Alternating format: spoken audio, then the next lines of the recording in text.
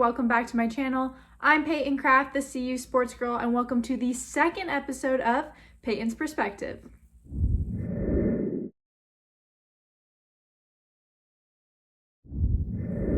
I'm super excited for the second episode of Payton's Perspective. Before I get into the video though, I am partnering with Sports Illustrated. They are launching a brand new program called Sports Illustrated University, and CU will be the first university they will be doing this at. So go follow on Instagram, SIU Buffs. That's Sports Illustrated University Buffs, and you will be seeing a lot of content there. Also, hit the subscribe button down below if you haven't already. I will be posting a lot more content with basketball coming up, and with 2 more home games for the CU Buffs football program. You will not want to miss it. So let's get into this video. All right, we all know what I'm going to be talking about. I'm talking about the Stanford versus Buffs game that took place last Friday night here in Boulder at Folsom Field and didn't end until about 1 in the morning. So good luck explaining what happened to someone who went to bed at halftime when Buffs were up 29-0, because I will tell you right now that is not how the game ended. So let's get into some keynotes. All right, like I said previously, the Buffs were up 29-0 in the first half. Leading into halftime, they had a 29-point lead over the Cardinals, so people went home. It was family weekend here in Boulder.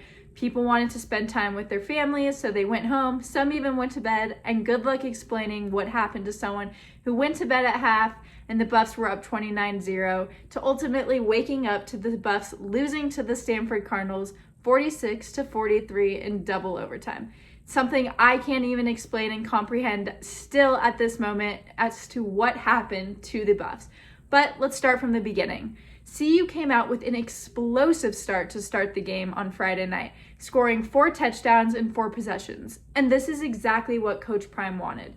He wanted the Buffs to prove that they could play the first half, not just the second half, but he ultimately wanted the Buffs to prove that they could play a 60-minute game. And unfortunately, while they did prove that they could play in the first half, the second half was a completely different story.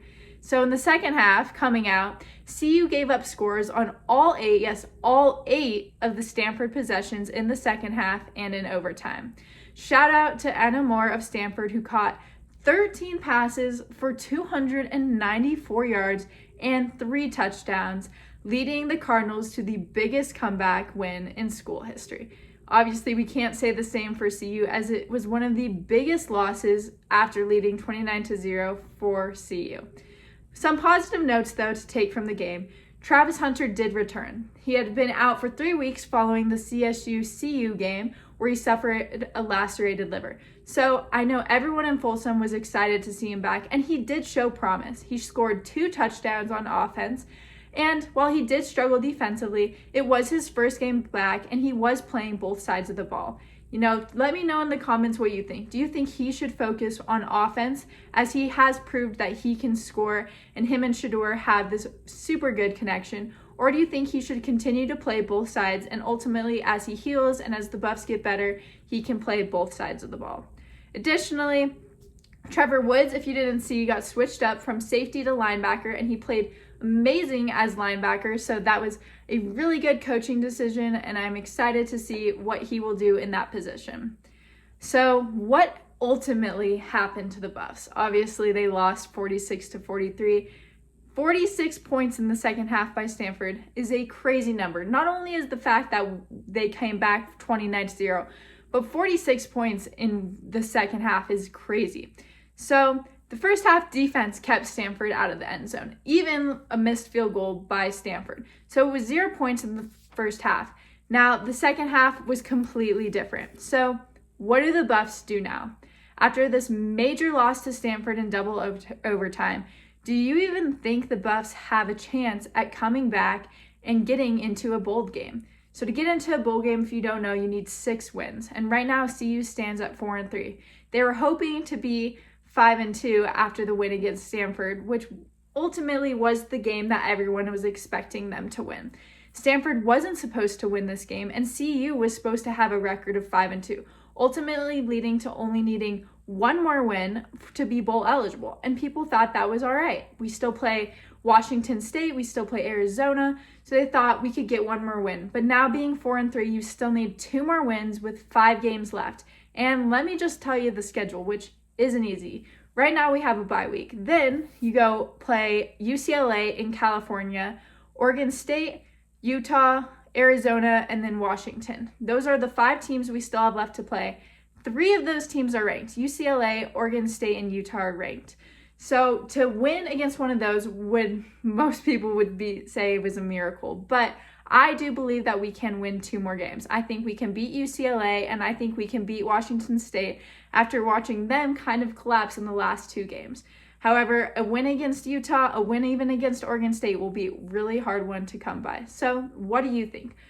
Have the Buffs given up their eligibility for the bowl game? Will they make it? And if they do, what teams do you think they have a chance at beating in order to become bowl eligible?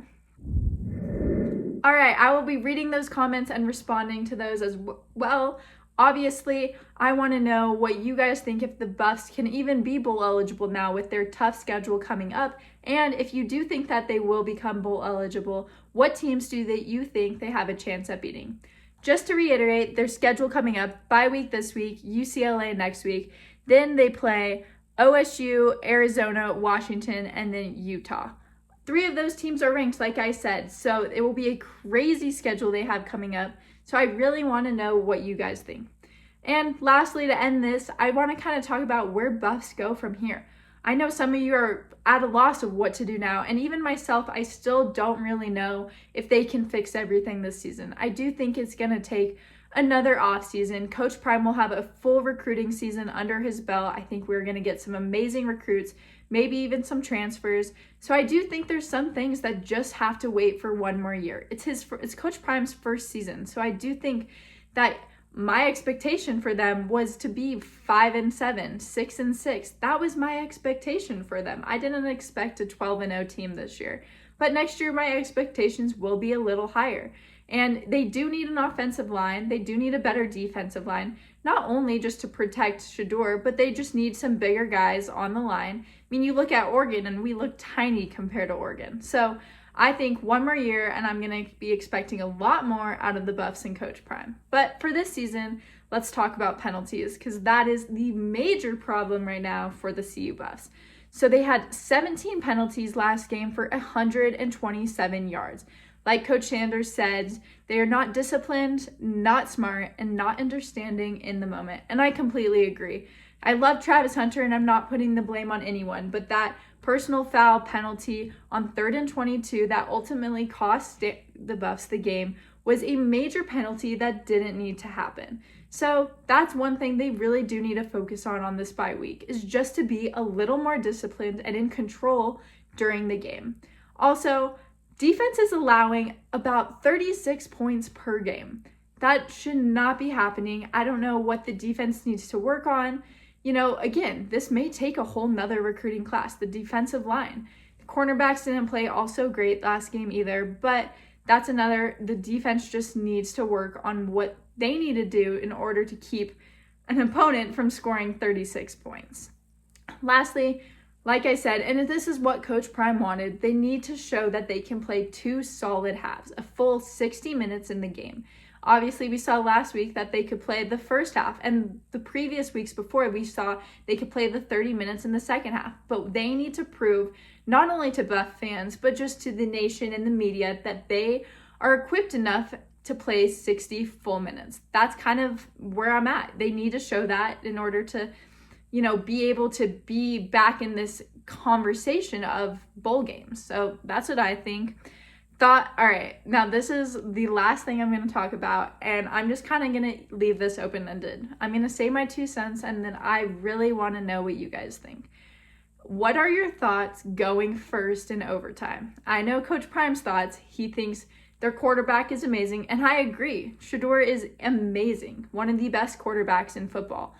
But do I think he should be going first in overtime? Absolutely not. If you have a good quarterback, then you should trust him to be able to go second. And if you need 8 points, to be able to score a touchdown and get a 2-point conversion. And what he's doing right now, and luckily both CSU and Stanford, who went into double overtime, both of those teams didn't go for the 2-point conversion on the first overtime. They just kicked the extra point and then it went into double overtime. But I think that if you really trust your offense, and I know Coach Prime has trust in his defense as well, you should always be going second in overtime. But I want to know your thoughts because I know my thoughts contradict Coach Prime's. So I want to know if you think that they really should be going first in overtime or if they should go second and be able to know exactly what needs to be done in order to win this game. So, like I said, thank you for joining in the second episode of Payton's Perspective. Let me know what more you guys want to see for these episodes, and I will see you next time.